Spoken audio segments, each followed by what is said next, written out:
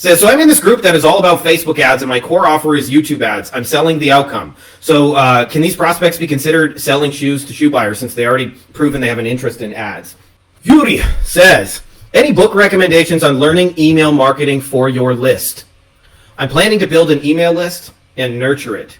Our man Basil says, any marketing agency owners here or know where to find a complete A to Z setup with already proven results or quality lead generating ads for the common niches, home services, legal, medical, something already optimized and streamlined, looking to become an affiliate for you and sell or license out your system. I'll take care of everything. We just share the monthly passive profit.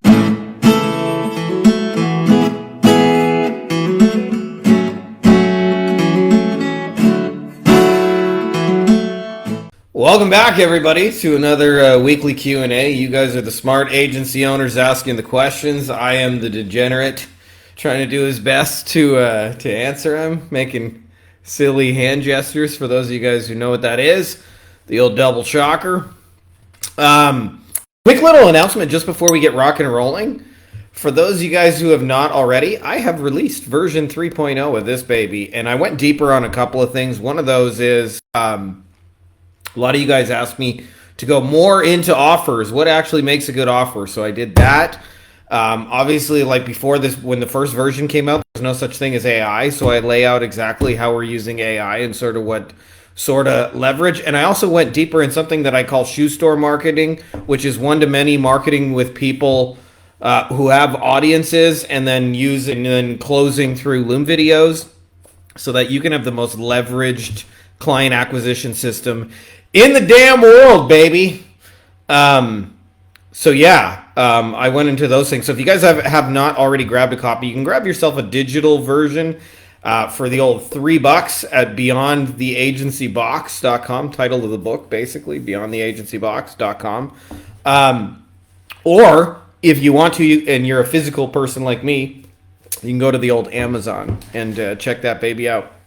Anyways, let us get into the good stuff. Ladies and gentlemen, boys and girls, children of all ages, Frankie Fihn proudly brings you our weekly Q&A with the greatest of all time, the man they call the man, His Holiness, the Dad Guns. All right, enough shenanigans. Let's get into the good stuff. First up, we got Sonny. He says, I have this weird habit as a marketer that the success of the client's business is my responsibility. Like if my marketing is so great, it should be the thing that keeps them above water, forgetting the fact that they can't even answer their phone. LOL. All right, my dude, I got a lot to say about this topic in particular. First thing that I will say is, if you feel like the entire success of your client's business is in your hands, that's just a side effect of giving a shit. I think it's a good thing. If I was to err on the side of, I really, really want my clients to win versus I don't give a fuck what happens one way or another, I would always take somebody who really, really wants their clients to win. That's just a side effect of caring. Now, something that's not really talked about a lot in our space is people think client selection is simply a function of choose a niche. Pick a group of people, go work with dentists. I chose dentists, I'm going to work with dentists. Or home services, I'm going to go work with home services. And I'll tell you, 60% of success in this business is choosing the right clients within your industry. So this is deeper than just pick a niche. It's about identifying the people within.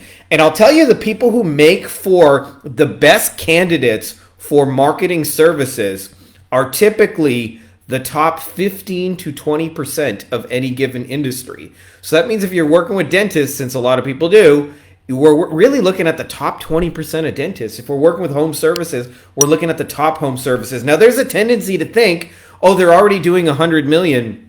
They don't need marketing. They got it all figured out. I need to work with people who are broke and struggling. And I'll tell you, it's the digital equivalent of thinking, I'm not ready to date the prom queen. I'm not ready to date that famous actress.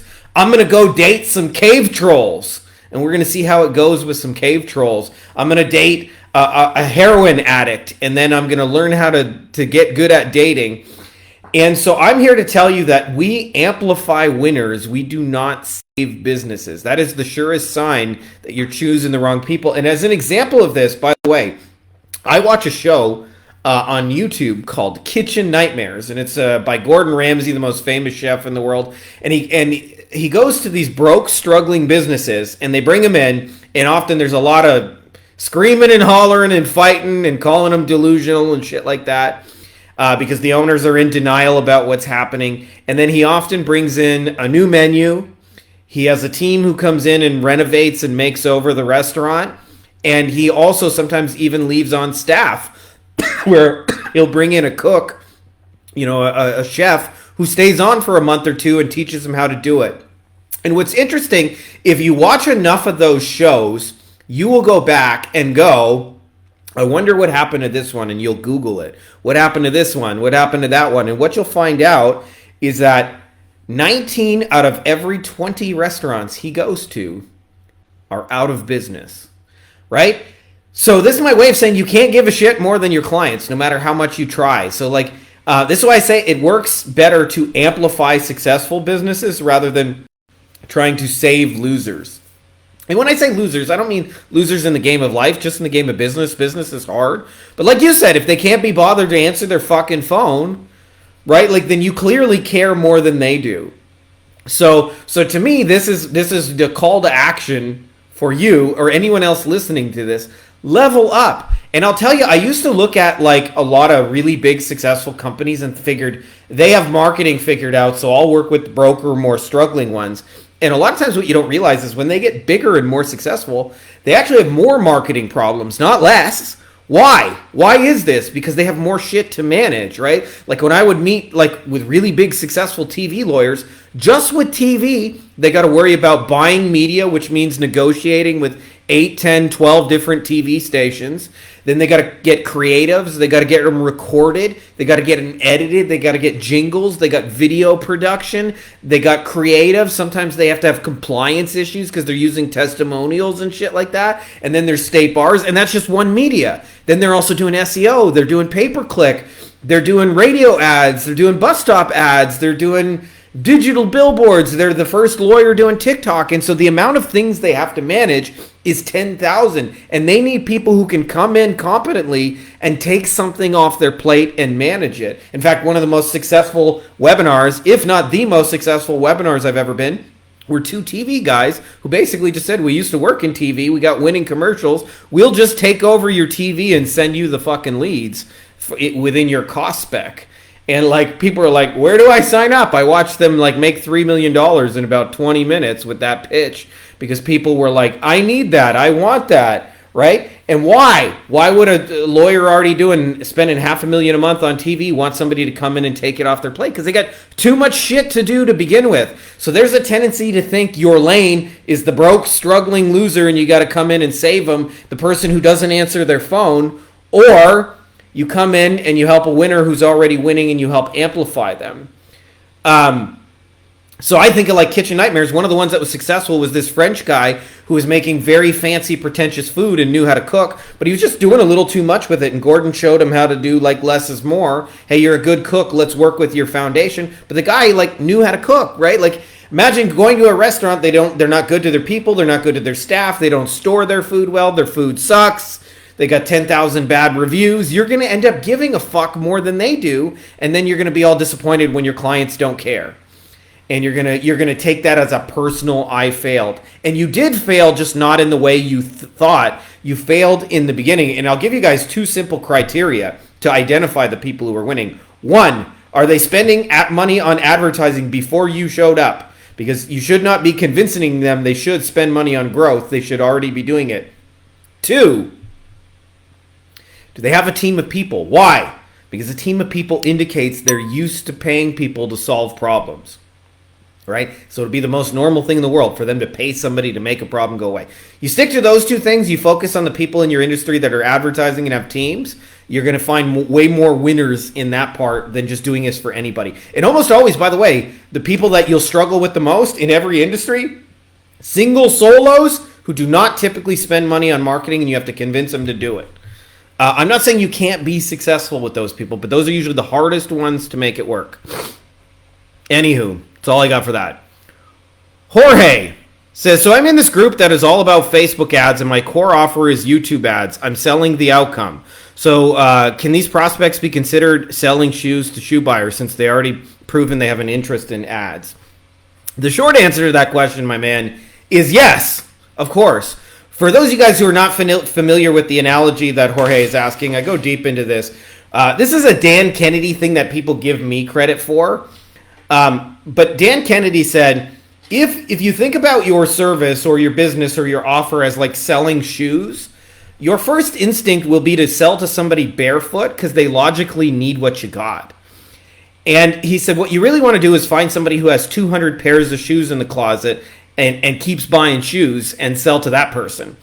And there's a tendency when you're selling marketing services to look for people who don't spend money, who are broke, who are struggling, and go, oh, marketing would help these people. Hey, you need shoes, right? And what a lot of times you'll say is, well, we've grown 30 years on word of mouth. I haven't needed shoes this whole time. Why now, right? The flip side of that is a lot of the companies that spend on one thing spend on everything. So I would experience this when I would work with a lot of the top attorneys. When TikTok comes out, they're the first fucking ones spending on TikTok ads. They're the first ones doing Instagram. They're the ones spending on all the billboards and the radio and TV and SEO, and they're the highest spender in pay-per-click. They literally buy everything, right? It surprised me to learn in the beginning. It makes a lot of sense in hindsight that the big spenders spend on everything, right? Everything, not just one thing. So there's a tendency to think you should be selling marketing services to people who are barefoot and try and convince them you need shoes. And the more there's indications that they're spending money, the easier it's going to be. So here's a simple litmus test, by the way. Google the company name. If you can't find anything at all, they're probably not spending any money, right? Flip side of that is you can see Google reviews and paid ads and SEO, and they got an Instagram account and they're posting to YouTube and they're active on LinkedIn. Chances are they're at least paying somebody someplace there. You can also check like the Facebook ads library and things like that. But to your point, yes, people who spend on one thing spend on other things. And to go a little bit deeper on this topic, we have a guy in the mastermind who one of the things that he does is he finds coaches and consultants that have winning Facebook ad offers, and then he takes what's winning there and he brings it over to YouTube ads. And it's almost a cheat code, right? Because if they have a winning offer on Facebook ads, they've had to figure out their ads, their targeting, their sales process, their conversion process, their onboarding, and so forth. So they have everything in place. He's just taking that and amplifying it. Remember I said we don't want to try and get in the business previously. I said in the last question, like you don't want to save losers, you want to amplify winners. Well, if you're running YouTube ads, what's going to be harder for you? You take somebody who's already winning on one platform and help them multiply it to another, or you take somebody who's never had success on any platform and you try and save them. Well, inevitably what's going to happen is you're going to turn on some ads, and even if they get some leads, they won't be able to close them, or their offer won't work, and they'll say, well, it's your fault. You don't know what you're doing. So yes. So by the way, and I go deeper in this in version 3.0, but there's basically 7 ways you can identify buyers based on like their habits of what they actually buy. One thing they buy, expertise, coaches, courses, consultant. Another thing they buy, information, books, podcasts, content curation, things like that. Another thing, they join communities, right? So they're part of Facebook communities and LinkedIn communities and sometimes real life communities. Industry associations, for those of you guys especially who work with offline businesses, right? They join the Plumbers Association of America or the top dentists. They also buy tools and software and supplies, right? Like it's very, very hard to be a top dentist and never be buying those pokey things that poke people's mouths, right? Like there's a money trail that gets left there somewhere, and then there's the software and as well, right? Like the top people use the top CRMs and the top tools. Like think in our industry, how many of the top players use Go High Level? Then there's the live events, the events, the retreats, the workshops, the conferences, and so forth. And then they also buy other services, right? And I say that not just limited to marketing services, right? Like they often buy financial planning services and real estate services and mortgage and investment services and insurance and et cetera, in addition to SEO, pay-per-click, and everything else. So if you understand that, it's very easy to identify buyers by their behavior. And if they're buying Facebook ads, they're probably, open to buying YouTube ads too. So I like it, dude. I like it. Joshua. Oh, you know what? I missed a question by Yuri. We're gonna switch that over. Hold on a second here. Excuse me. Yuri says, any book recommendations on learning email marketing for your list? I'm planning to build an email list and nurture it. Okay, so here's the thing about email. I'll tell you a couple of things that were useful to me. So I'll give you the book recommendations. One of those, by the way, is Travis Sago's Make 'em Beg to Buy. A lot of the stuff I learned there. Really, email marketing is what he would call pre-selling, and the book goes deep on the concept of pre-selling.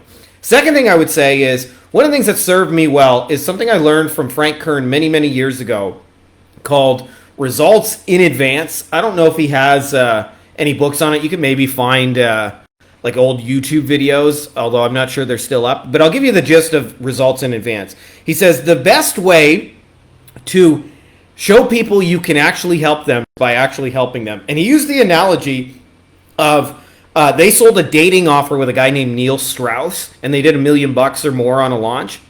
And they said the way they showed people that the book would actually, in the course and all the other stuff, would help them is making the emails helpful. And he said basically, so what he said is, if somebody's trying to get a result, almost always it's a process and a series of steps on that process.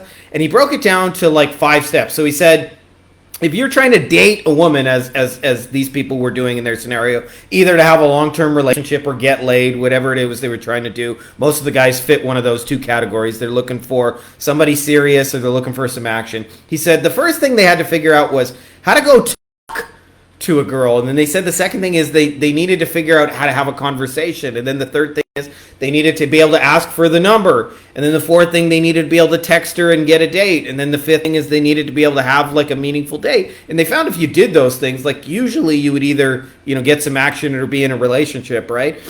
And so the first email they sent out was just an email about what they called icebreakers. How do you go talk to a stranger? And then the second thing is, okay, now that you're talking to her, like, what do you actually say? What makes a fun, interesting conversation between 2 people? And they gave, like, some things you can do in conversation. Then they said, how do you close and get the number? And so they gave an example of how you can get the number. And then they said, how do you text? And they gave some examples of how to text. And then they gave some examples of cool date ideas. And then they said, all of this plus more is in our, paid whatever thing. And by giving away like steps and value towards that thing, it makes people believe you can do it. So what happens with a lot of times with email marketing, people go straight to copywriting, they go straight to messaging, and there's a lot of really awesome books. My all-time favorite copywriting book, Eugene Schwartz, Breakthrough Advertising. Like there's some really good fucking copywriting shit out there. But to me, if you actually make like shit that's helping people towards the end goal, you're going to sell a lot of stuff without actually having to try too hard to do it because you're demonstrating you can help people by actually helping them, and demonstrations are more powerful than words. So that would be my advice. If you're going to try and learn email marketing, is map out how can I actually help somebody. You can give them little pieces of the puzzle. You're not giving them the whole thing, just, kind of the same way that like if Costco wants to sell a whole bunch of pizza, they don't like bash you over the head with buy 20 boxes of pizza, they're the greatest ever. They just cook some up, they chop them into little pieces, they stick a toothpick in it, and then they say, would you like to try a free sample? You try a free sample and you're like, that's pretty good. What would it cost me to get 20 boxes? And some of the people buy 20 boxes, right? Same idea. The emails are little free samples that we're giving away that move people towards the bigger outcome of, in your case, whatever your pizza boxes are. By the way, just throwing it out there that Facebook's doing that thing. I don't see your messages. I know you guys are there.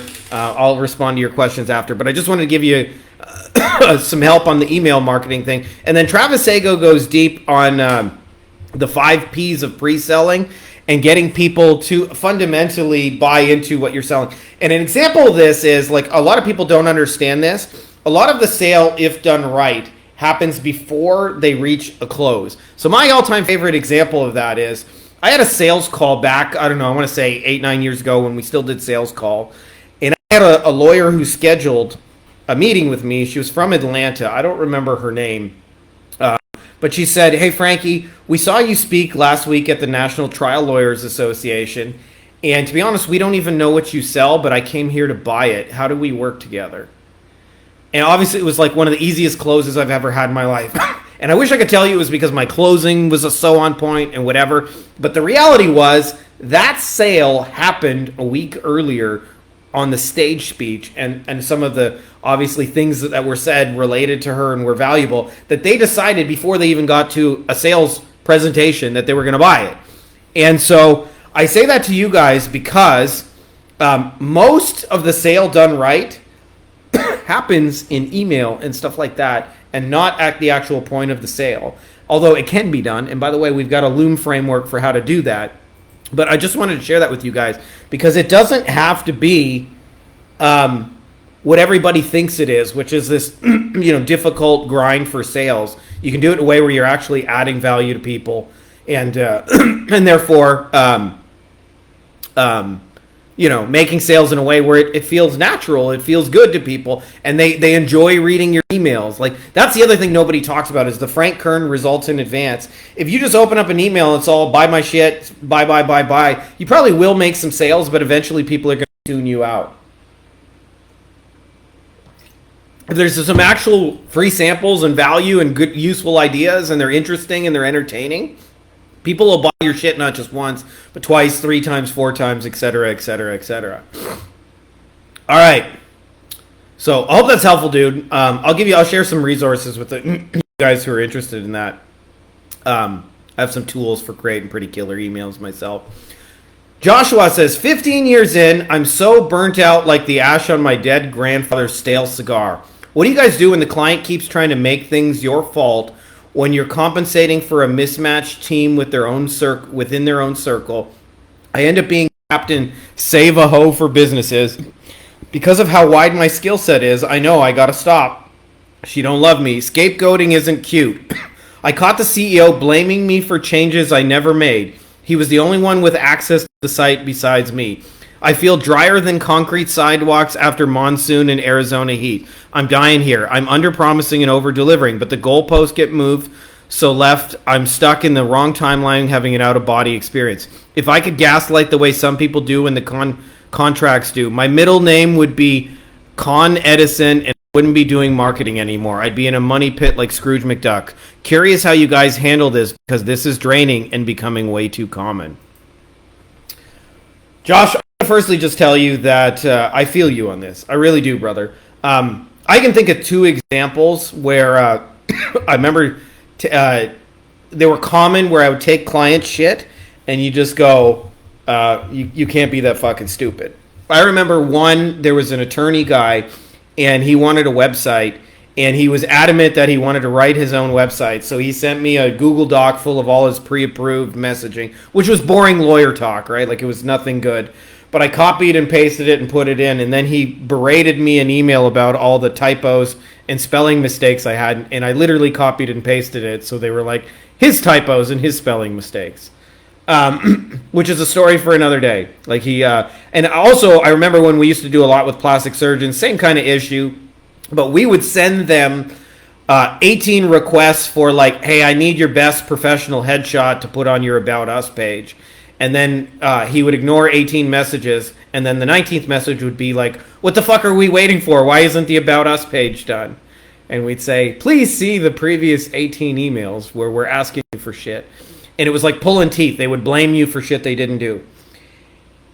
This seems to be the theme of the day, my dude. You are simply choosing the wrong clients. It's really that simple. And in doing so, and I'll tell you, most people, if you could really, really look at their criteria,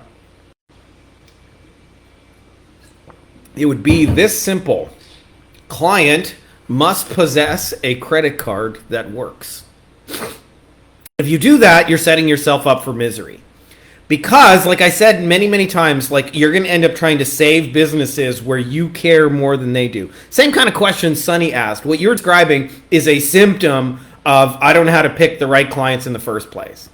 And so as a result, I'm taking anyone with a credit card. And I'll tell you, 70 to 80% of clients suck because they suck and their systems suck and their offers suck and their business sucks. It ain't anything you're trying to do. So I think about, for example, my ex used to love Groupon. I don't know if Groupon's still a big thing, but back in the day, Groupon got really popular. And what they would do is they would have these coupons where you could go try out a business on an insanely cheap deal. And the business would lose money on it trying to get you in the door. And it just so happened to be the businesses that probably used Groupon the most were restaurants. So we tried a lot of restaurants. And I remember there was a Mexican restaurant we tried in my hometown. And everything about it in every way sucked. Okay? Everything about it in every way sucked. The food was like, it tasted like microwaved and old and shitty. And it wasn't like the least bit authentic. Like I remember they had a salad that was like a Caesar salad or something like that. And I was like, I don't remember what it was, but it was something like definitely not Mexican, right? And I think they had a baked potato to go with their old stale ass thing. And it was like, what about this is Mexican food? Okay? So I want you to think about that business trying to fix that with marketing. Right? So Groupon is like the marketing, right? Like the Groupon is the irresistible offer to get people in the door to try it. But once they try it, they're still going to wait an hour and a half for fucking shitty old kind of like cafeteria style mediocre food. I actually was kind of like almost like it was one of the few times where I actually even didn't finish my food and thought I would rather just walk out and go get a pizza. It was really bad. It was like cafeteria kind of, grade school cafeteria kind of food. So what are you going to do as a business owner to fix that? Like usually businesses like that have everything broken in them, do they tend to own the problems and try and fix them? Or do they blame you? And by the way, just throwing it out there, I lay out in this what makes for good clients. If you don't know this, you're going to take anyone with a credit card and most of your agency life will be A, miserable, and B, not scale. And so you'll find yourself being able to get to 15, 20, maybe even 30K a month on the high side, and your life will go to total shit and will be total chaos, and your phone will be blowing up, and you'll have these crazy clients demanding shit and wanting meetings. Ask your brother how he knows. And what will happen is you will think that all clients are bad, nobody knows what they're doing, and you're just not picking the right people. It's like, imagine you had to go on Tinder and find a wife. Okay? Do you think most of the broads on Tinder are going to be wife material, or you think like I don't know, I don't use dating, but like dating apps, it's been a long time for me, but I'm assuming most people are there just for like hookups or casual shit, or they're like not the most desirable people in the world in the first place, right? Like, maybe she's a raging alcoholic or she's got a fucking $10,000 a month coke habit, right? Like, there's often reasons people come to those things. Now, does that mean everybody on the dating app is bad? Of course not. But you're going to have to be a choosy motherfucker if you really want to meet a wife. And so this is all about selection. Choosy, choosy, choosy. And the reason I say that is if you're not choosy, you're going to end up with deadbeats. It's just the most predictable outcome in the world. You're going to end up with deadbeats. And if you want to get away from like ending up with deadbeats, like the first thing you got to do is get choosier. And this is the number one thing I would look at. Like I mentioned, are they succeeding before you showed up? If you're in the save-a-hoe business, you're in the wrong fucking business. You're going to end up being broke. And you're going to be miserable. And you're going to be trying to save people that can't be fucking saved. The restaurant with shitty food that doesn't give a fuck. Like, you can't cover that up with a fucking Groupon. Right? They're probably dysfunctional as fuck behind the scenes. Flip side of that is, the best clients, they typically have had some level of success. They did a lot of things on their own, and now they need to get stuff off their plate because they're busy and they have a lot of shit going on. Yes, they could manage their own ads. Yes, they could do their own websites, but they don't want to. because, they got a law firm to run. They got a dental practice to be part of. They got an e-commerce store that they got to drop ship. They got customer service. They're trying to do right by people. So the more they can get off their plate successfully, the better. I promise you why I'm harping on this. If you get this detail wrong, fuck me, does your life ever get difficult. Because you just have crazy, demanding clients who never take ownership of anything and hand you broken systems and broken processes and broken offers and broken websites and broken messaging and broken follow-up and blame you when that don't magically produce dollars. This is a story I meant to tell earlier. Because it's not the niche. Just so you guys know, like almost always people go, oh, it's because this niche is bad. No, it's because you're choosing the wrong people within the niche. You're just not selective enough. So shout out to Dan, because I remember Dan and I got the idea, like I want to say like 12, 13 years ago. He came to me and said, it was basically what's known today as rank and rent. And Dan said to me, the hardest part about this business is trying to get hired by clients. What if instead of trying to get hired, we built websites, we rank them on our own using our own strategies, and then when the leads come in and phone calls come in, we just rent the phone calls. And instead of trying to add steps between, we'll do this rank and rent. So we did the rank and rent, and I didn't know this then, but if you do rank and rent, you still have to understand client selection. So we would send sometimes 10, 20 free leads to like a painter or a roofer or whatever, and they would still fucking cancel. They would go, oh, your leads suck. Same problem, by the way, because they have broken sales processes and broken offers, and they take, a day and a half to get back to people. But I'll still never forget, we generated this phone call for a roofer in Louisiana named Eddie. And mind you, the ad and the SEO and the page and all that says like 5-star premium roofing services. So this person has just called 5-star premium roofing. In their mind, the phone rings. It goes to Eddie, and Eddie's wife picks up the phone. Sounds like she's just eaten a carton of cigarettes, and the first thing she says is, hello. And the guy says, yeah, is this 5-star roofing? Hello. Yeah, is this 5-star roofing? Yeah, roofing, 1 sec. She puts down the phone and goes, Eddie, come answer the fucking phone. And Eddie's like, bitch, you crazy. Why you always talking shit? Bitch, you fucking crazy, bitch. You crazy, bitch. And they go on like that. 7 minutes this phone call goes on like that. Then, flip side of that is, Eddie picks up the phone, and the guy still waits for 7 minutes, and he says, yeah, this is Eddie. The guy says, this 5-star roofing? And he says, you need a roof? And you'd be shocked to learn that Eddie didn't close that lead, okay? So I told Dan, I concluded, as many of you guys do, the problem is the niche. I said, roofers are too crazy for me, Dan. I'm out. I'm not against rank and rent, but I don't want to do it for roofers. Dan stuck with it. About 2-3 months later, he's got a guy he's still working with. This guy, he had a successful roofing company above like 10 or 20 million. They had 40 crews of guys across 3 states. They all had branded shirts, branded trucks, a professional sales process. And the guy wanted someone to be able to manage SEO for like dozens of locations and didn't want to deal with it. And he met Dan in face-to-face in person. He was local in Baltimore. And he drove up to him, and he said the guy pulled up in a McLaren F1, which at the time was the fastest production car in the world. It's a $1 million car. He said he reaches into his Gucci bag at the start of the conversation, pulls out $10,000 cash, puts it on the table, and says, I came here to spend money. What's it going to cost me to get you? And he still had a fruitful partnership with this guy like a dozen years later, okay? So bear in mind that when you say roofers, the McLaren F1 guy and Eddie are in the same niche, but you're never going to have success with Eddie. Nobody is going to turn Eddie into a fucking multimillionaire.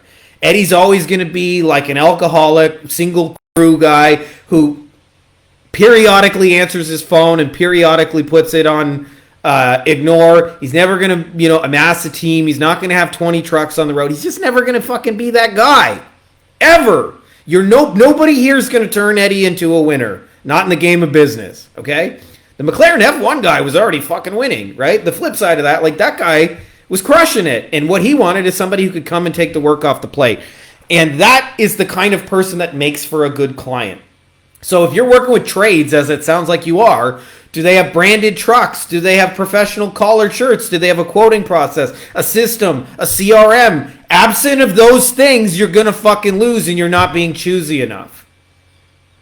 And by the way you speak to those people is you speak to the problems of the McLaren F1 guy. Like if I'm running advertisements, I don't run advertisements going, hey, any roofer, do you need fucking leads?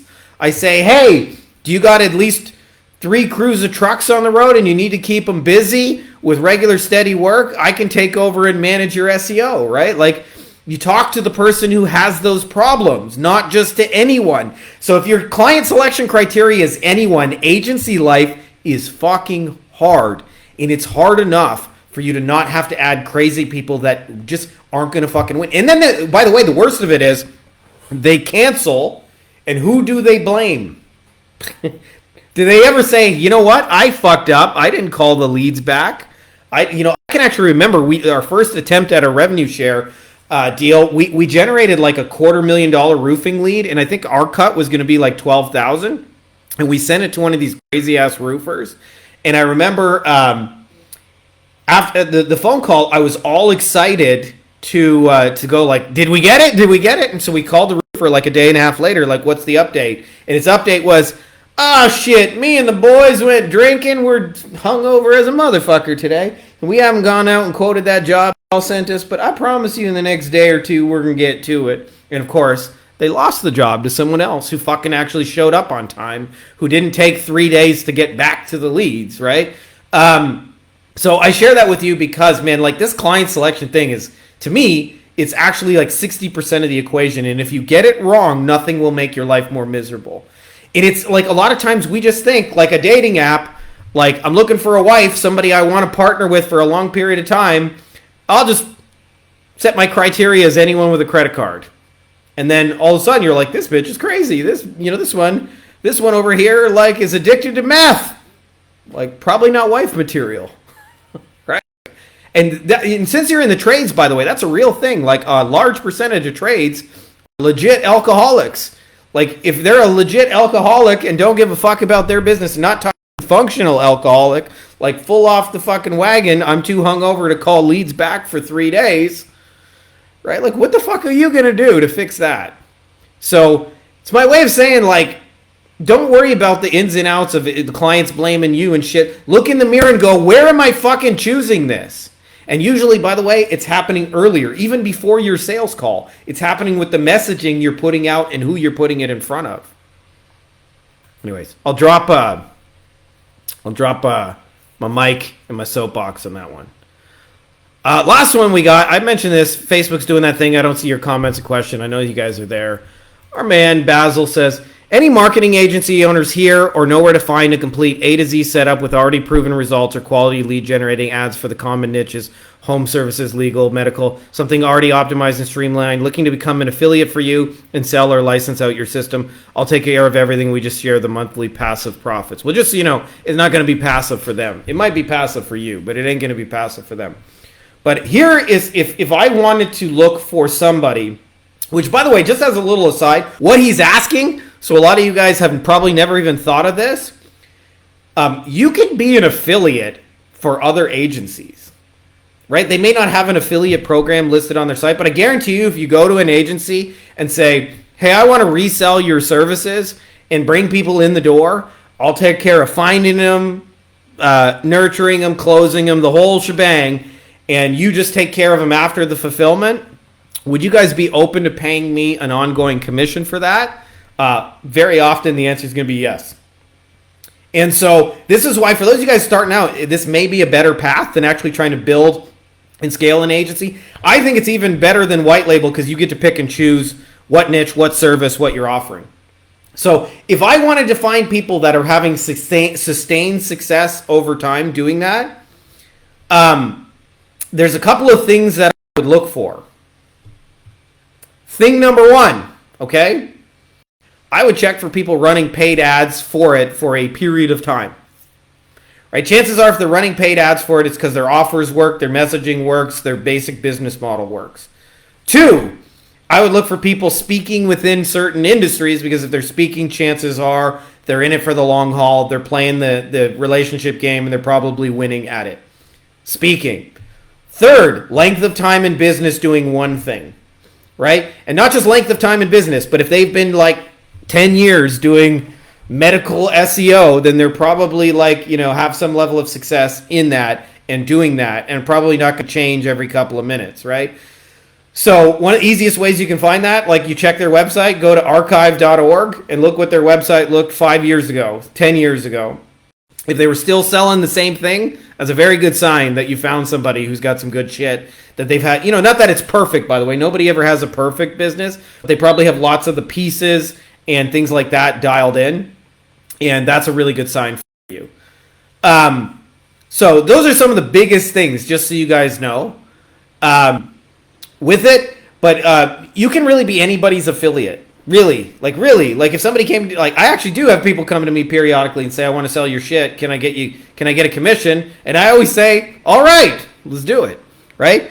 So if you find somebody who's got all the fulfillment lined up, and this is a chance to work with bigger players in your industry that have teams and systems and processes and happy clients and case studies and testimonials and all the things you lack, you can simply say, I want to resell your stuff. Can I? And this doesn't limit you, by the way, to a small pool of white label partners, because you're initiating a conversation with somebody, and almost always they're either going to say yes, or the small amount of times they say no, they're going to say we're at capacity. We're at capacity, and we really just don't have the ability to take on more right now. And in that case, you just say cool. But for the most part, you have to know kind of what traits identify the people who fit those descriptions. And this is true of if you want to work with successful clients directly, they usually are established, they've been around, their offers convert before you showed up, they have some sort of team and system in place, they're not reinventing the wheel every 5 minutes, they've consistently built a name, a brand in one direction over time. Those are usually signs that you have a pretty good client on your hands. Which seems to be the theme of the day. A lot of people struggle with picking the wrong clients. And I share that with you guys because, man, nothing will make your life more miserable. If you imagine you go on the dating app and you just choose anyone and you're looking for a wife, not just for a one-day hookup or whatever, but somebody you can partner with for a long time, you're going to think the opposite sex is retarded and everything's fucked up about dating, and dating ain't like it used to. But the real problem is just you and not being choosy enough, not being clear enough about what makes the right partner. If you're into tennis, then you have to be into tennis, right? If you like being in nature, she's got to be into nature too, right? Or whatever is important to you, right? The more you have that criteria clear, the better you're going to be at actually using the tool to go match with who you're trying to match with. And the worst client criteria is anyone. Anyone with a credit card will fucking smash your skull in. Even when you get clients, they will cancel. They will make you feel miserable. They will run you ragged, and they will demand meetings, updates, and calls, and then they'll blame you when the whole thing doesn't work.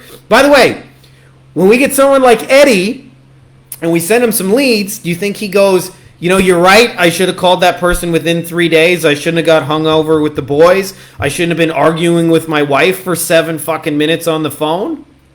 You think they do that? Or do you think they go, we tried your all leads and they're all shit. None of these leads convert. You're fucking crazy. I want a refund. Well, you don't give me a refund, I'm going to go on that Stripe or PayPal. I'm going to cancel that shit. I'm going to demand it. I'm going to call my credit card company. Fuck you guys. Or would you rather just have somebody who's I'll give you the flip side of that. I actually had 2 calls. Back to back, motherfuckers. I had 2 calls with 2 attorneys that were in our Facebook ad service. This was the early days. I had about 20 to 25 clients. And my second agency, and I remember one of the guys was a personal injury attorney in San Diego named Ron. And I got on the phone with Ron, and this is basically the conversation we had. All your leads are shit. You suck. I want my money back. Fuck you. Fuck this. You're a piece of shit. Whew. That's a fun client call. The next call was an attorney from Corpus Christi, Texas named Greg, and I'm bracing myself for the ass kicking. I said, hey, Greg, how's it going with all the leads and shit like that? And he said, well, we've been just checking our numbers, and you guys are by far our cheapest lead source. I don't know what you guys are doing, but we signed 3 cases this week just from what you guys are doing. I just want you guys to know you have free reign to spend as much money as you want. It's working. We're happy. Keep going. Right? And you look at those.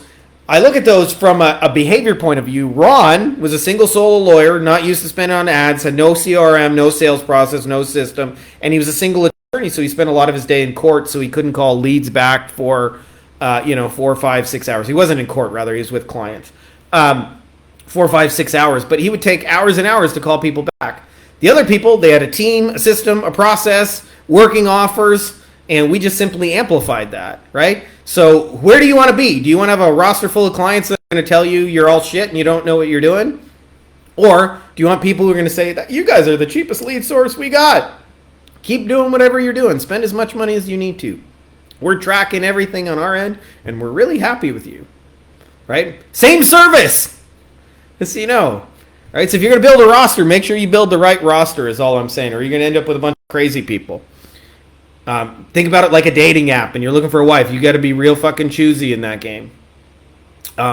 Anyways, for those of you guys that missed the intro, version 3 of this is out. If you guys want a digital version, you can go to beyondtheagencybox.com. It's $3 right now. $3 measly dollars. And if you ain't got $3, just message me. Tell me off the record you ain't got $3, and I'll just give it to you because I want you guys to have this information in your hands. That's all I got for you guys in this one. Like I said, you guys can, if you want to check that out, you can go to beyondtheagencybox.com. But theme of the day is pick the right fucking clients. Or you guys can have a bunch of crazy questions about why clients are blaming you, hating you, not taking responsibility. And it's like, you just chose some crazy motherfuckers. Choose again. Anyways, that's all I got for you guys this Monday. Much love. Appreciate y'all. Happy Monday. May the force be with you. Buy my book or I will tell your Starbucks barista that you actually prefer decaf.